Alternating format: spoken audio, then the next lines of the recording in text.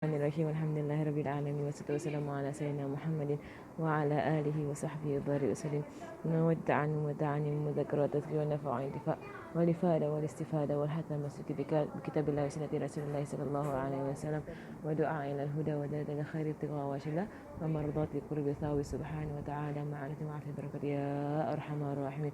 اللهم إنا نسألك علما ينفع فيه بغني. اللهم إنا نسألك علما ينفع فيه بغني. اللهم إنا نسألك علما ينفع فيه بغني. صلى الله على سيدنا محمد وعلى آله وصحبه وسلم. الحمد لله رب العالمين.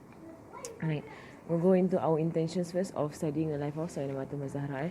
نوينا بقراءتنا لسيرة سيدنا فاطمة الزهراء رضي الله عنها التعرف عليهم لأجل التعرف منهم وزيادة محبة وتعظيم وتقويم والاقتداء والاحتداء وطلب إرضائها وإرضاء أبيها صلى الله عليه وسلم الذي رضاه في رضاها واسترضاء الحق جل جلاله وختمة للأمة وتقوية لربط لسيد النساء أهل الجنة لتحقق مرافقتنا في الجنة ولأداء بعض الواجب في خيار الأمة وأهل الكساء والمسلمين وإحياء سيرتهم في واقعنا وحالنا وأداء لحق المودة التي افترضها الله جل وجلاله علينا لهم إلا مودة في القربى ورجاء لذكر لديهم ومنهم ذكر جميل والاقتداء والاتباع وأن يكرمنا الله رؤيتها في الدنيا ويحشرنا في زمرتها في الآخرة ونوينا ما نواه شيوخنا وسلفنا الصالحين بسر الفاتحة بنية القبول. بسم الله الرحمن الرحيم الحمد لله رب العالمين الرحمن الرحيم مالك يوم الدين نستعين نستغفر Alright, okay. So we're entering into this book. Before I enter into this book, there are a few things that Habib Omar, like he mentions that whenever as women we learn about Sayyidah Fatimah Azzahraa, right? What our takeaways lah? Because there's a lot to say when you speak about her, right? And this is also something that I actually put in the poem also, because when a woman says there's so much about her that I want to talk about, right? She's an ocean of knowledge and an ocean of character and beauty, right? So what do I take from her? Right, so these are just a few points that Habib Omar. Inshallah, one day I'll translate this, or one day you read this and you understand this. That's better. Right, so what our teacher Habib Omar has said is that of the things that you take from her. So the first thing is that you reject anything that is contrary to modesty. Anything that is contrary to modesty, you reject. Right. So and of course, modesty is a very wide meaning. Right. So of course, there's outward modesty. Right, so you reject anything that is outwardly immodest, right? So in our dressing, in our basically in our dressing lah, right? In our way in front of people, right? In our level of our voice, right? So like we don't raise our voice unnecessarily. Right? The Muslim, he is someone who is soft spoken. Right? He's not someone who is loud and boisterous, right? And what's this? And that he's not someone who's very rowdy lah. Right, Muslims are not rowdy, right? We are gentle people, right? Okay. Okay. You're going to the kitchen, right? Okay. Alright.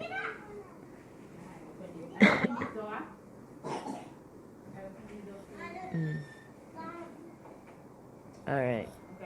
Okay. Wow. Very well planned. Okay, so what's the saying, Muhammad? Right, so and also inward modesty, right? So of course, when you take care of your language, you take care of your character with people, right? How you handle people, how you smile at people, how you make eye contact with people, right? It all comes under modesty, and we cannot really explain modesty so highly until you actually see someone that they embody modesty. Then you understand what is modesty. And when you actually see the habaib, when you see the hababas, that is modesty. They're so modest in their behavior. They never raise their voice, and they never scold people, and they never curse, and they never use bad language ever. But our society is like full of very bad behavior and very bad language. So from studying the life of Sayyidah Fatimah Azzahraa, we will understand what is modesty. The second thing about her that we need to follow her as women, so the first thing is modesty. So we reject anything that is against modesty. Anything, right? We reject it. Right? Second thing is that we are pleased with the simplest things in life. That means things yang as simple as possible in life, we are happy with it. So we don't want more and more and more of the dunya. Right? So simple food, simple clothes, simple everything lah, semua simple. Right? Keep it as simple as possible and be content. I don't ask for more. Because Minhaj Azzahraa, she used to have very little, very few things. Very, very few things. And that is, we follow her in this. The third thing that we follow her is in the Tasbih al-Fatimiyah. Tasbih Fatimiyah comes from a hadith, whereby it's the Tasbih of Sayyidah Fatimah Zahra. It's her Tasbih. So it's from a hadith whereby one Sayyidah Fatimah Zahra, basically what happened was that Rasulullah SAW had a lot of prisoners of war. That there was a war that happened, and there were a lot of prisoners taken by the Muslims, right? And they are non-Muslims, right? So these prisoners of war, right? There are two things that you can do with them, right? Under Islamic law, right? You can either sell them, right, and they become slaves, right? Or you use them as your own slaves, right? Or their family can bail them out, right? So you can do these things with the prisoners of war, right? So some of the Sahabas, when they catch prisoners of war, they will use them as their own slaves. So they become slaves for me in my work, in my house, right? So you work for me, basically. Right, so Sayyidah Fatimah Zahra at that time, she works every day, right? And she grinds grain to become flour, right? And if you ever seen a grinder of those times, right, and they had it in Tarim, and I used to see, it is very heavy. I couldn't even lift it. It is very, very heavy, the grinders, right? So it's really hard stone, like very thick stone. So they will put all the grain kat bawah, then they will turn it. Right. It takes a lot of arm muscle, and then you get blisters because you're holding a harsh stone. So that's what she used to do every day. She will grind grain to become flour. So Sayyidina Ali saw her, and Sayyidina Ali said to her, "Ya Fatima, your father just, the Muslims just won a war, and they have a lot of servants, a lot of slaves taken from the war. Right? Why don't you go to him and ask him, right, whether you can have one slave to help you with your housework?" Right, because you have your children, and she has 6 children. 6 children, right? So you have your children, then you have to do all this work, and then you have your housework, everything. So ask for a helper lah from Rasulullah Sallallahu Alaihi Wasallam. So when she went there, right, and she gives salam to Rasulullah Sallallahu Alaihi Wasallam, and whenever she gives salam to Rasulullah Sallallahu Alaihi Wasallam, his face will bright up, right? Because he loves his daughter very much, and then he will stand up, and then he will greet her, and then he will kiss in between her eyes. He will kiss here, and then he will make her sit next to him, right? So he really loved his last daughter lah, Sayyidah Fatimah Zahra. So when he did all that, she suddenly became very shy to ask, right, of something. She never asked Rasulullah for anything at all in her life. So she became very shy to ask for this thing. So he asked her, "What do you come for?" Then she said, "I came just to give you salams. I miss you. I want to give you salam." And then she said, "Okay, right, so walaikum salam." And then sit with me for a while. And then she left without asking. Too shy to ask. Right? That's shyness, to even ask. Right? So, and sometimes for us also, that when we know like someone will give us something, right, if we ask, right, it is on us not to ask. Right? Because we know like they will definitely give. Like my husband, I have to pass something back to Hababa Mariam. It was her book. I actually misunderstood, and I thought she gave it to me, but she actually lent it to me. Right, so but I'm very sure she told me that she gave it to me. But then my friend in Tarim told me that no, you have to give it back to her. So I was telling my husband like to bring this back to Tarim, and then my husband was like, but then I told him that I'm very sure she actually said she's giving it to me. I heard her say. So I took it lah, because I thought she gave it to me. And then my husband said, "Why don't you just ask her whether she gave it or she lent it?" And then I say, the moment I ask that, she will give it. I cannot ask her that.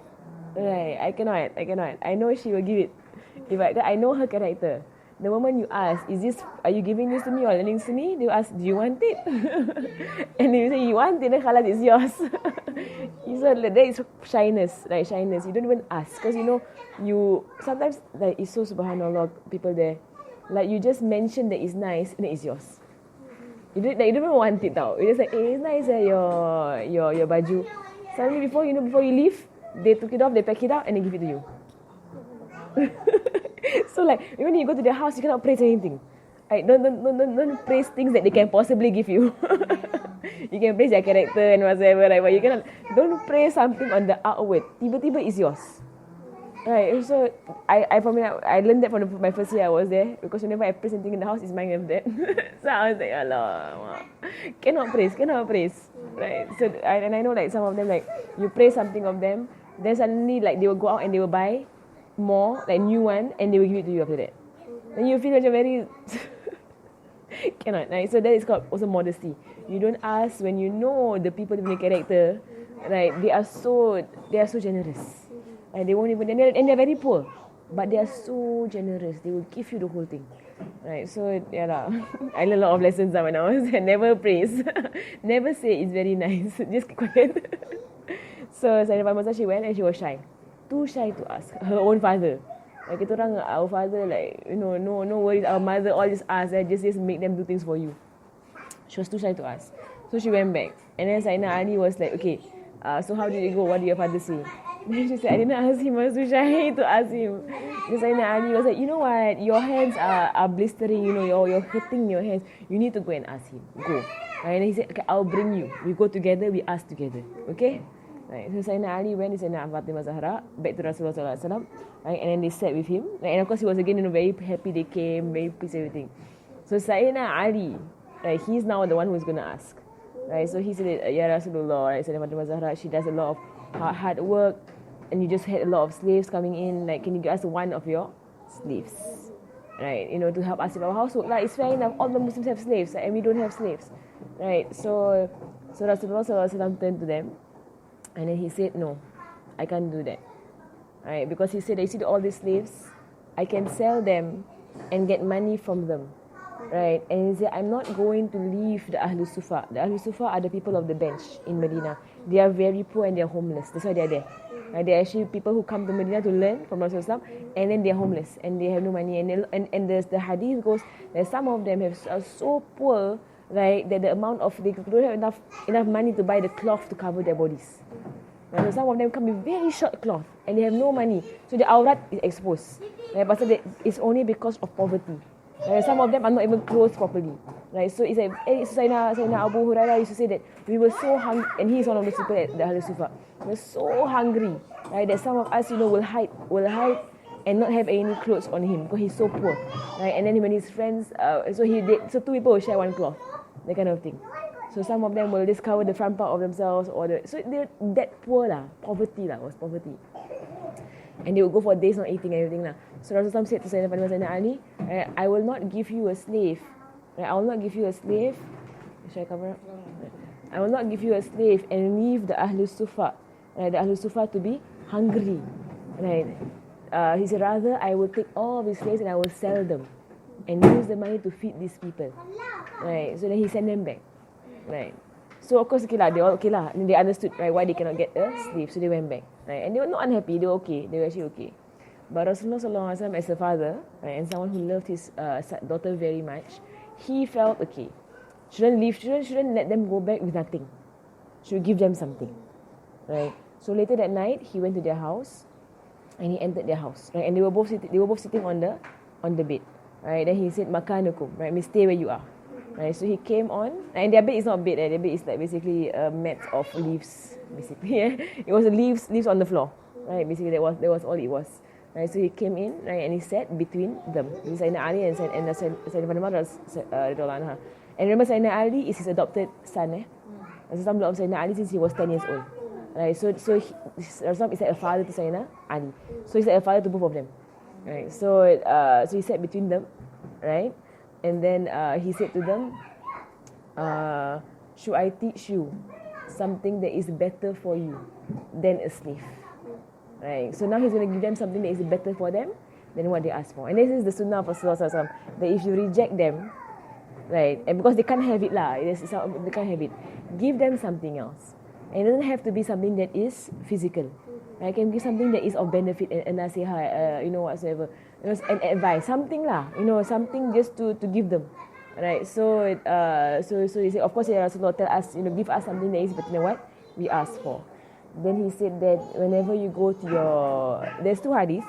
Right? One hadith is that after every prayer, right, say Subhanallah 10 times, Alhamdulillah 10 times, Allahu Akbar 10 times, 10 times saja. It's one hadith that says that. Right? It's a hadith that says 10 times, 10 times, 10 times. And then he says, and when you go to your bed to sleep, say Subhanallah 33 times, Alhamdulillah 33 times, and Allahu Akbar 34 times. So 33, 33, 34. Right? And this is better for you than a slave. Right? And then he left. So this is called Tasbih Fatimiyah. Right? Tasbih Fatimi. Right? So it's a tasbih of Sayyidina Fatimah Zahra. And Sayyidina Ali said, right, that from the day that Rasulullah taught him this tasbih, he never, ever forgot to do it. Ever. Every single night, he will do it. Right? And he said, even when he's on battle, like jihad, he will still do this tasbih. Right? So what they say about this tasbih is that, because some say it's better for you than a servant, right? So he said that whosoever does this tasbih, especially for women, it will give you the energy, right, to go through your day the next day. Because women also, we get very tired a lot. So you have a full day of looking after the house, the children, everything you're handling, right? You get very physically penat, tired. So this tasbih actually gives you the energy, right, for the rest of the day. And the ulama say that this tasbih is to be said before every single time you sleep. So even if you sleep in the afternoon, say the tasbih. Even at night, say the tasbih. So anytime you want to go to bed and sleep, you do the tasbih. So you wake up refreshed. So even if you sleep like 10 minutes, 20 minutes, do the tasbih. So you wake up, you're completely energized. Right? So that's what Habib said. The third thing is that don't forget the tasbih of Fatimiyah, right? 33, 33, 34. Right. And then the fourth thing the Habib said, focus on your children, right, in bringing them up. That is the way of Sayyidina Fatimah Zahra. Right? She brought up her children very well. Right? She has 6 children. 2 of them passed away young. Right? Sayyidina Muhsin and Sayyidina, if I'm not wrong, Ruqayyah. 2 of them passed away young, if I'm not wrong. 4 of them lived till old age. So 6 children, 2 passed away young, right? 2 passed away young, right? 4 lived till old age. So Sayyidina Hassan, Sayyidina Hussein, right? Then you have Zainab and Kulthum, right? So Kulthum married Sayyidina Umar later on, right? But they also passed away in their youth, like 20s or whatever, right? And she named all her daughters after her sisters, right? Because her sisters all by that time had passed away, right? So all her 3 sisters, passed away young, in their 30s, in their 20s, right? So it's for her, she missed her sisters lah. And we, when we look at the seerah also, we see, right, that there was a family going on. Right? They lost their mother, right, after the boycotts, and Khadijah passed away. Right? Rasulullah was being persecuted. So you see the children of Rasulullah, the 4 of them, right, the four girls, because 2 of the boys passed away young, right? They were very close, right, as sisters. Right, because they went through a lot of difficulty with their parents, right? So and they saw. So Rasulullah was always out of the house. He was always doing da'wah, right? He would come back and he would be tired and everything. So you can see that when you go into the life story of Sayyidina Fatimah Zahra, they actually show a lot of how the sisters were very much united and very, very close. So when Sayyidina Ruqayyah went overseas, right, she left the town with Sayyidina Uthman to go to Habasha, right? So they missed her, right? And while she was overseas, her mother passes away, right? So so when she came back, then she got the news that her mother passed away. So Sayyidina Fatimah Zahra and Sayyidina Kulthum and Sayyidina Zainab, they had to go to her and tell her, right, that the mother passed away while she was overseas. Right? She came back not to Mecca, she came back to Medina. Right? So at that point, and she lives in Medina for 1 year and she passes away. Right? So they just got back their sister, and then she dies after that. Right? So it's very sadly, the whole story of Sayyidina Fatimah Zahra. It's from the beginning to the end. It's a lot of pain. A lot of pain, right, in her life. So to have a good tarbiyah for children, right, and then to bring to life the hour of Fatimah. Right, the hour of Fatimah is the final hour on every Friday. That means 1 hour before Maghrib. That is called Sa'ah Fatimiyah. Right, that is from a hadith. I'm just explaining the dua here. I'm not going to the book yet. But never mind, then we go to the book. Alright, so Sa'ah Fatimiyah is basically an hour, the last hour of every Friday. It's from a hadith about Rasulullah SAW said that every Friday there is 1 hour. Every Friday there's 1 hour, right? That any dua you make in that 1 hour, makbul, Allah accepts. So the Sahaba, they differ lah. What hour is this? Is it during Salat Jumaat? Is it in the morning? Is it in the afternoon? They differ when is this hour. Sometimes they say what hour is that. But they always notice that Sayyidina Fatimah Zahra the last hour of Friday, that means right before Maghrib, 1 hour, that means that for us will be 6 to 7. That 1 hour, she will lock herself in a room and lock herself in the house, and nobody can disturb her, and she will just ibadah the whole time in that 1 hour. So in Tarim, this is Sa'ah Fatimiyah, right? That it is the culture of Tarim, that they will come together and they will just salawat for 1 hour straight. Flat. 1 hour straight, they will have all kinds of salawat and dua and salawat and dua and salawat and dua and dua until azan Maghrib. And then they will stop. Alright, so Sa'ah Fatimiyah, 6 to 7 every Friday, remember? 6 to 7 every Friday. Because for us, it's like, that's the most, like for me, that's my peak hour tuition. I'm teaching, I'm working. Right, so I have to try to remember myself, like this is Sa'ah Fatimiyah on Fridays. So inshallah next year I will like Friday no tuition. So at least I can like, have a rest on Fridays. Yeah. So Sa'ah Fatimiyah. And then and to love the family of Rasulullah Sallallahu Alaihi Wasallam and to make dua for them at all times. Because the family of Rasulullah in our time are all the grandchildren of Sayyidina Fatimah Zahra. Right, so when you see them as cucu Sayyidina Fatimah Zahra. So all the Sayyids and the Sharifas, all of them come from Sayyidina Fatimah Zahra. Even whether they're from Hassan or Sayyidina Hussein, they all go back to Sayyidina Fatimah Zahra. And they are special because of the blood that goes through her, not Sayyidina Ali. Through Sayyidina Fatimah Zahra, they get the blood. Right? So that's why we respect them and we exalt them. And the secret about them also is that in the end of times, you have Imam Mahdi kan? Imam Mahdi, and you have Nabi Isa. Imam Mahdi is said to be a descendant of Rasulullah SAW. He will have the same name of Rasulullah SAW, Muhammad bin Abdullah. Right, same name. He will be almost exactly like Rasulullah SAW. His character, his looks, everything about him exactly like Rasulullah SAW. So he's like a grandson of Rasulullah SAW who is the most resemblant to Rasulullah SAW. Right, and then his cara, there's an entire science of the Mahdi. How do you know who is the Mahdi? And then, and his family both will trace back to Rasulullah SAW. Sayyidina Fatimah Zahra lah. Fatimah Zahra to Rasulullah SAW. So, the scholars say that you see these two people, Nabi Isa and the Mahdi, right? They got their blood. Right? That means Nabi Isa got his prophethood through who? Sayyidina Maryam. Because he had no father. Right? So he got his prophecy. His prophecy is sent down from father to son. But Nabi Isa got his prophecy from his mother. Right? Not from, there was no father involved. There's the mother, right? And the Mahdi got his special station, right? That means the legacy of Rasulullah through the mother, right? Sayyidina Fatimah Zahra eventually, right? Not through his, not through Ali. So and they are both special in that way, right? But they both have their pangkat because of the mother. So mashallah lah. So then they come together and they actually destroy the Dajjal at the end of times. Right? So there's a lot to say about this too, and how do we know if, because the Dajjal will try to pretend to be the Mahdi. He will imitate the Mahdi in many ways. He will come with a serban. He will come with the entire do. He will look like a real alim. And he will win hearts. The Dajjal. Right? So he's not like going to be a monster who will appear. No. He will appear like that later on.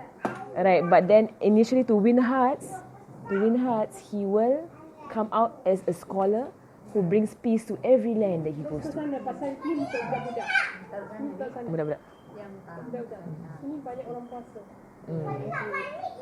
Yeah. Okay. Alright. I will go to the dulu lah. Okay. Okay, wait. I will go through a bit of Minhaj. I have to start at 4:30 sharp. Okay. You can refer to the very simple English language. Then Arabic lah. That's why. Alright, almost to listen. So now I feel comfortable. Okay. With my Arabic text in front of me. Kalau English, I feel so awkward. What's going on? Alright. I'm going to mention the niyat. Oh, you wrote your niyat lah? But you can share with me your niat. You can share your niyat first lah. Copy what? Alright, so the niyat that I wrote the last time when I was studying this book. So Bismillahirrahmanirrahim. Let's see what I wrote. I have this niyat, and I have niyat from Habib Omar Asghar. Right. His niyat here also. That he shared when he was teaching this book. Right, so his niyat also. Right, so where your husband go? Oh, lepas tak perasan? I don't notice. Saya minum sikit You want to eat anything, you eat first.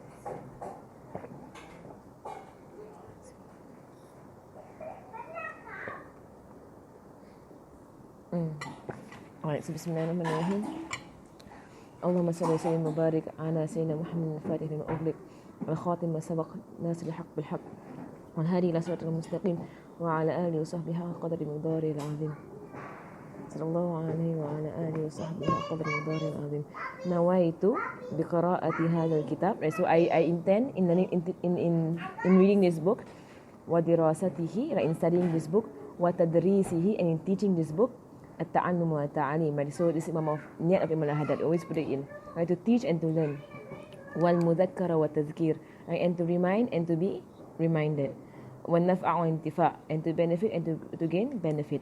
وإفادة والاستفادة, and to bring great benefit and to gain great benefit. والحث على تمسكي, and to hold on, right, and to encourage, right, to hold on to bikitabillah wa sunnati rasulillah, right, the book of Allah and the way of Rasulullah sallallahu alaihi wasallam. Wa ila al-huda, and to call to guidance. Wa dalalah ala al-khair, and to point to goodness. Ibtigha, all of this seeking, right, or desirous of wajhillah, the face of Allah, or the pleasure of Allah lah. Wa mardatihi, the pleasure of Allah. Wa qurbihi, and the closeness to Allah. Wa thawabihi, and the rewards from Allah subhanahu wa ta'ala ma'a lutfin, like in kindness, like in ease and kindness, wa afiyatin, like you must do the afiyatin, and in good health. Now whenever I read I just envision all these things in front of me. That's right. Ma'a lutfin wa afiyatin. By your mercy, ya Allah, ya Arhamar Rahim. The way I read was very boring kan. You must do the way they read. Yeah. Mahal. Aisyah jatuh je, wa'afiatin Aisyah. Terus tak jadi nangis. Oh, the most merciful, those who have mercy. Next, Imam Haddad's mercy. Imam Haddad's niat.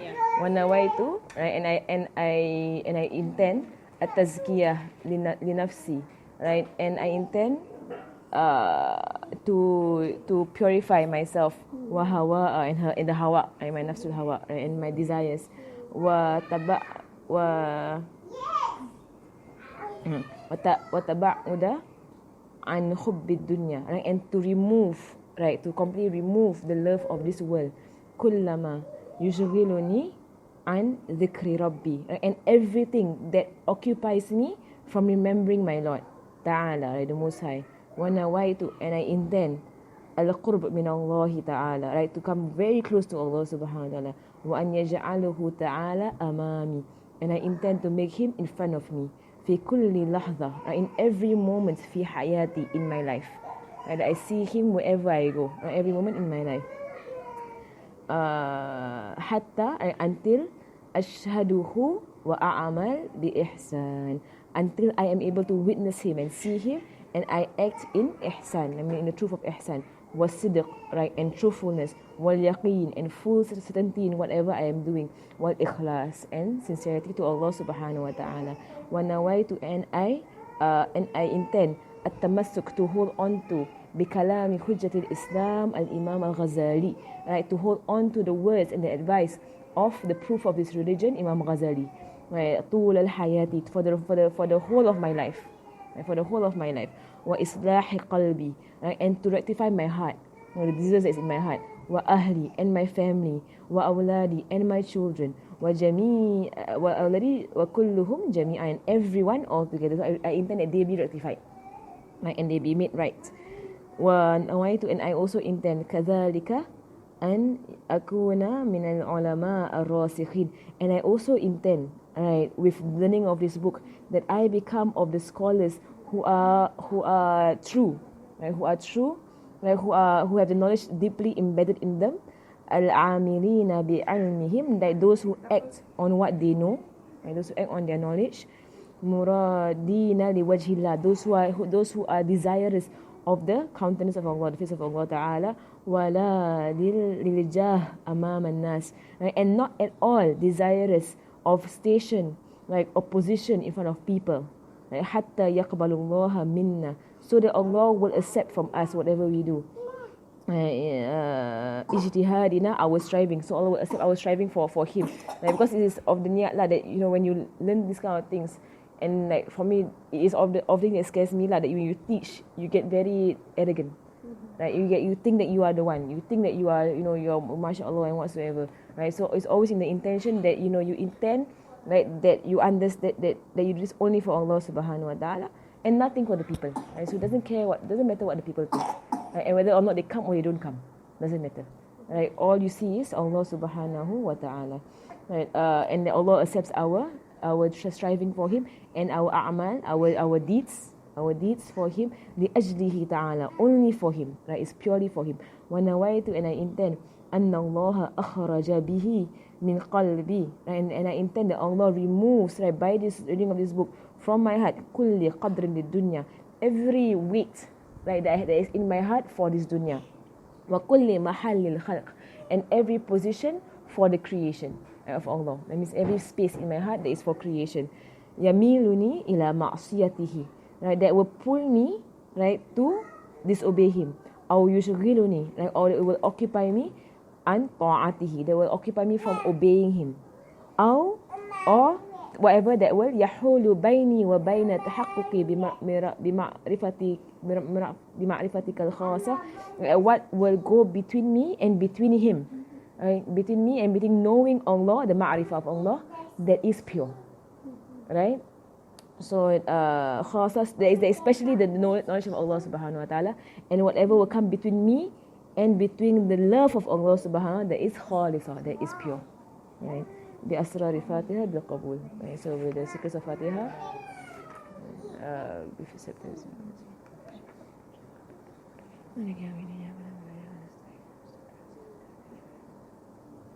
Okay, niat.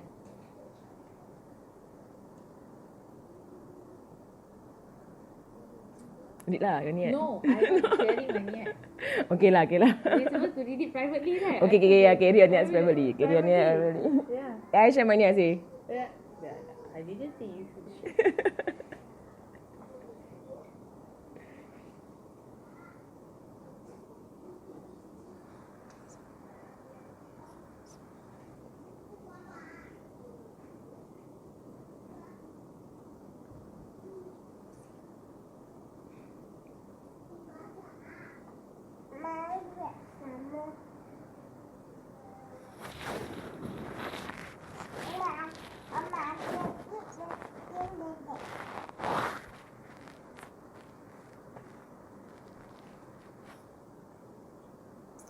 Okay.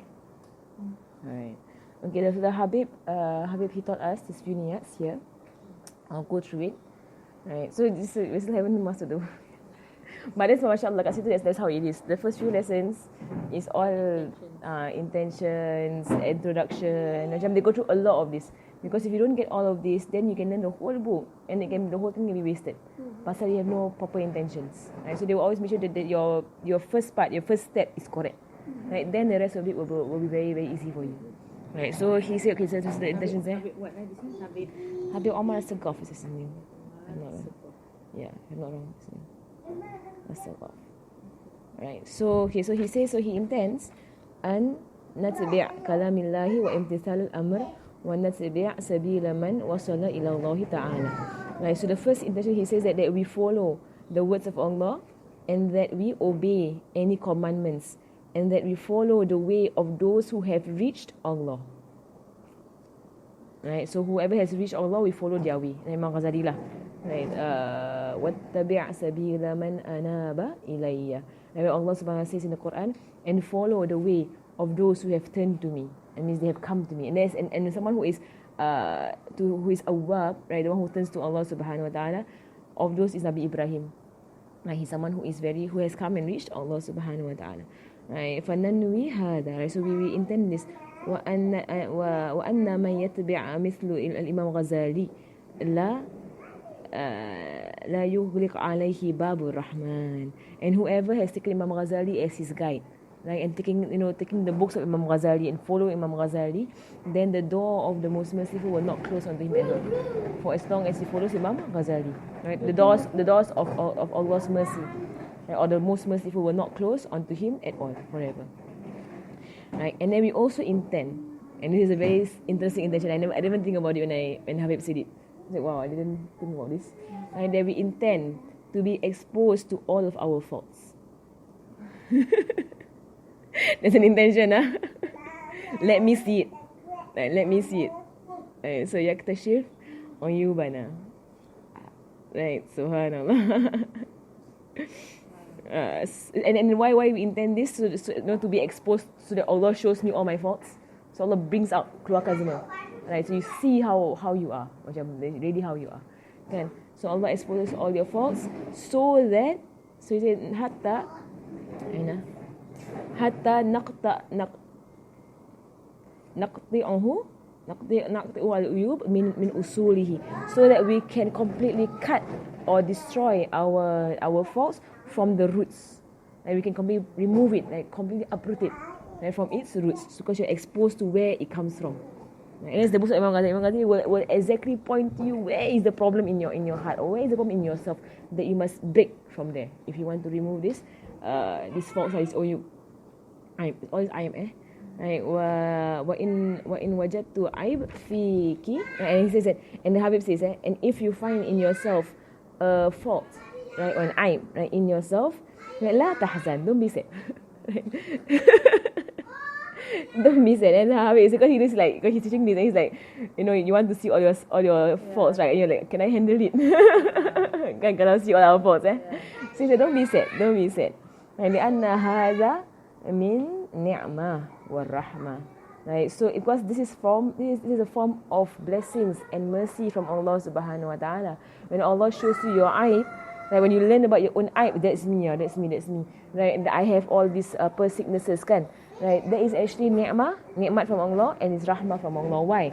Right, because it's just like somebody who is sick, right, you are unwell, you're sick, right, and the doctor comes and tells you, oh, you have this sickness in you, right, and he spots it correctly. Right, so maybe someone who has cancer, someone who has diabetes, so for as long as he doesn't know he has that sickness, he's just going to harm himself or harm those who are around him. Right? But if the doctor comes to him and says, you know what, you have diabetes, right? You need to stay away from this. You need to try to remove your diabetes, right? So what is he doing? He is helping you, right? So you don't like, how can you tell me I got diabetes, right? Don't tell me I got diabetes, right? Like keep quiet, like, but it doesn't help the situation. You have diabetes, kan? Right, so that is why it is important, and so that we don't be sad. It's good. It's like somebody telling you that you have cancer. Okay, you have to do this to help the situation. Right? And if you ignore it, then it's going to get worse. Right? So you don't like be angry with the doctor. Like, how can he say that? Like, and the same thing about aib. So our aib, someone come and tell you that oh, you have arrogance, you have hasad, you have whatever, right? And then you're like, how can you say that about me? Kan? But we say, okay, maybe he's right. I have that. Ada, right? And then when you admit what you have, you can start to cure. For as long as you don't admit what you have, you cannot cure. Right? Because you don't want to say that you have it apa. Right? You must say you ada. I have it. Right? It's in me. I am macam gitu. I know. I pemalas sikit. I know. Pemalas banyak lah. Not sikit. Pemalas. I'm like a lot is sebab semua tak buat. Right? So I have a lot of hypocrisy in me. So you admit that you have that. Right? And then from there you can say the first step of asking dua to Allah. Like the sick person, and when told that he is sick, he begin to dua. Right? And the sick person also, when they're told that they're sick, they begin to tahajjud. Right? They begin to do all kinds of things because they're sick, right? And they know they're facing death. Right? So this person is told that he has even more serious diseases. And then there was a Habib that said that there are many. I think Habib Omar, if I'm not wrong, can't remember. Right? There was a Habib that said that many people come to me and ask me for dua. So they will ask me like about their business, and they will ask me, to dua for them to have children. They will ask me to dua for them for their, for basically a lot of dunya things lah, like money or their husband, their wife, whatever lah. And then Habib said, but nobody ever comes to me to ask me to dua for them to have their heart purified or their heart cured. I can dua for that, but nobody's asking. Right, that is more important than your business and your whatsoever. Like, ask me to dua for your heart. Right, so like mashallah. And there was once I went, like in Tarim, there is this graveyard, is at Inat. Right, it's the grave of Syekh Abu Bakar bin Salim, who is the ancestor of Habib Omar. Like he's one of the great wali, very big wali in Tarim. So he said that when he passed away, before he passed away, a lot of his secrets and his knowledge was still with him. He didn't manage to teach everybody about it. So he had a lot of ilmu tau, this wali. So when he was buried in that graveyard, he said that he has placed his secrets in the turab, right, in the sand of the graveyard. Right. So it's known that this turab is a sand of purification, right? It is a sand of cure, right? It can cure, right? So this sand, right? People will go to the grave, right, and they will take the sand and they will rub on wherever they are sick, right? And when they have yakin, it will cure, right? So and I know of people who do take the sand and bring it back, which is not allowed actually. Right? I did hear that day one of our friends said somebody went Tarim for the daurah and took the sand and bawa balik Singapore. Right? It's actually not allowed pasal that land is wakaf. So I myself, when I bring people of daurah, I will tell them don't take, because Haba Mariam was the one who told me. So Haba Mariam said don't take the sand, it's not yours. Right? You can come here and you can rub on yourself and it will fall off of you back onto the ground. Right? But don't take it and bring it home. Right? But I know a lot of people actually take the sand, right? And they bring it back to their countries and then they distribute the sand, right, to distribute the barakah, right? But which is good, it's okay. Good intentions, but then they wakaf. Right? How can you take the sand of a wakaf land? Right? So Haba Mariam cakap, you can't do that. Right? And then I asked her, but what if I have people back home who are sick and I want to use the sand? And she said, you are here in Tarim. You go to the graveyard and you niatkan for them, and you hadirkan them, and then you wipe where they are sick on you. So if you have somebody back home who is going through heart surgery, for example, so you take the sand and you wipe on your own heart and you niatkan their heart, right? And the sand falls back to the ground. So you don't take the sand. So that Haba Mariam taught us lah. So for me, I hold on to what she says. I know there are people who don't. Yeah, and they use the sand. Right, so that means the flower that we put on top, the Kama Habib Noor, that one, that means we can take and just rub and okay. That one we can bring back. That one is whose flower? No, since you said sand, this is barakah when you throw the flower on it. So there is no sand kat no, Kama Habib Noor. But this is the karamah of this wali. The wali said that. The wali said the sand in his graveyard is for shifa. The wali is for cure. He said wali. Because I see them bringing home the flower. Why are they bringing home the flower for? The Mahabib Noor. But ada barakah lah. Also ada barakah. But then again, like, whose flower is that? Are you allowed to take the flower? Kadang-kadang the Habib said can. Kalau Habib said can take ah. Ini for barakah. Habib menjaga lah. Habib menjaga. Ini barakah lah. I see a lot of people taking it. Yeah, so basically when my friend, when she went there, I told them that this is a place of curing, right? And most people, whenever they have like physical ailments, then they always use the sand to cure themselves. So my friend, like, she took the sand and then she said, cure the disease of my heart, cure the disease of my heart banyak penyakit. So she was like, so she niat the penyakit in her heart. And I was like, Masya Allah, never thought of doing that. Right, then from then on, I was always do that. I always take and this like rub on my heart, like keluarkan all the penyakit of my heart. So, and this is the same thing as what Habib said lah. Alright, it's 4:33 yeah. Should I pause there? Yeah, you pause first lah. Alright, let me just finish this part and let me see what I say. La tahzan aw taghdab ala tabib. Of course, so the story of the person who is sick lah. You're not angry or upset with the doctor for telling you that you have disease. Right, so say rather when your aib, right, when your faults are being shown to you, you need to have syukur. Right, syukur to Allah that Allah shows you your faults, and syukur to the person who tells you about your faults. And you syukur because now, right, you know your faults, right, and you know where are the faults, you know where is your weaknesses, and you can work on it. Right, you can actually remove it and work on it, and that is the first step to trying to remove it from you. Right. Okay. Alright. Next time we go into the annex too. Okay. Sallallahu alaihi wasallam Muhammadin wa ala alihi wasallam. اللهم انفعنا بما علمتنا وزدنا ما ينفعنا يا رحمن الرحيم.